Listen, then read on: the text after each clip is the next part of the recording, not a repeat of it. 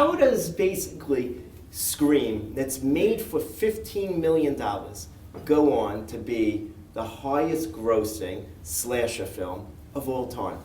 I think it was really like, it happens once in a while in the business when certain elements all come together. When you have a great producer, you have a great writer and script, you have a great director, and a really interesting cast that gels.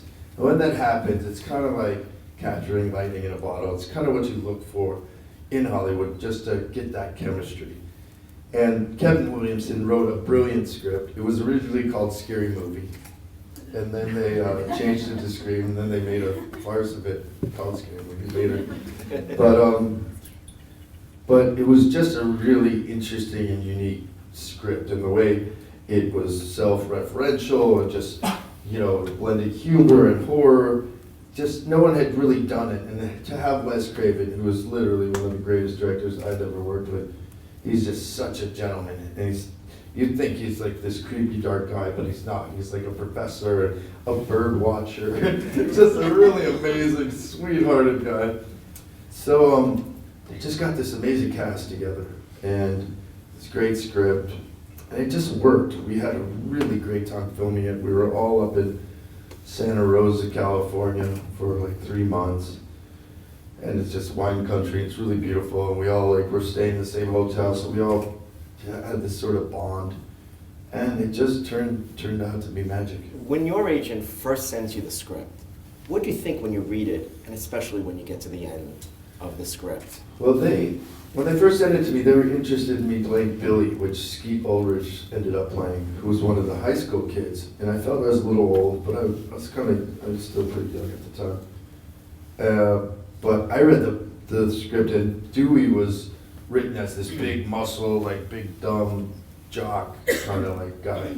And I was like, I'd love to play Dewey in a whole different way. Just like, I just thought it was so funny being like an insecure cop. To me, it's like hilarious because they're so, you know, they're all about their sort of, you know, authority and everything. And somebody who like doubts their authority and like, you know, he doesn't crazy about shooting his gun, and you know, he doesn't really like to give people tickets, that kind of thing.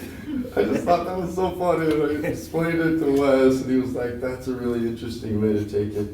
And it did work out. And then a lot of the sort of humor that we found within my character came from that, where I'd be like, you know, don't talk back to me in front of, you know, when I'm wearing this badge kind of thing.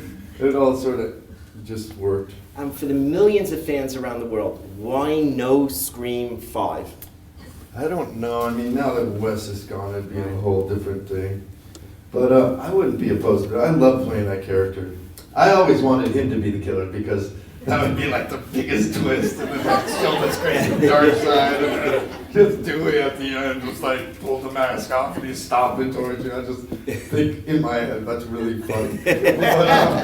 But Wes would never go for it. I was like, please, Wes, because some of them, like definitely 3 and a little bit of 4, they were kind of rewriting it. Like that was like Scream 1 was totally scripted. That's why I feel it was the best one. And then some of the later ones, they wanted to get it out really soon, so they were rewriting it sort of toward the end.